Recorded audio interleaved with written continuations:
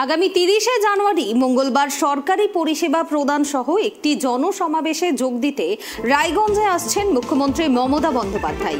রায়গঞ্জ স্টেডিয়ামে আয়োজিত এই কর্মসূচির প্রস্তুতি নিয়ে তৎপরতা চোখে পড়ল প্রশাসনিক মহলে। শনিবার জেলা প্রশাসনের সর্বোচ্চ কর্তা ব্যক্তিরা সমাবেশ স্থল পরিদর্শন করেন। এছাড়াও রায়গঞ্জ পলিটেকনিকে অস্থায়ীভাবে নির্মিত হেলিপ্যাডের জন্য প্রস্তুতির কাজ সম্পূর্ণ হলো। এদিন প্রস্তুতির কাজ খতিয়ে দেখতে রায়গঞ্জ স্টেডিয়ামে আসেন জেলা সমাহর্তা সুরেন্দ্র কুমার মিনা, অতিরিক্ত জেলা সমাহর্তা হাসিন জোহরা রিজভি, অভিষেক চৌরাশিয়া, পৌর প্রশাসক সন্দীপ বিশ্বাস সহ অন্যান্যরা। মহড়া প্রস্তুতির চিত্র দেখুন আমাদের ক্যামেরায়।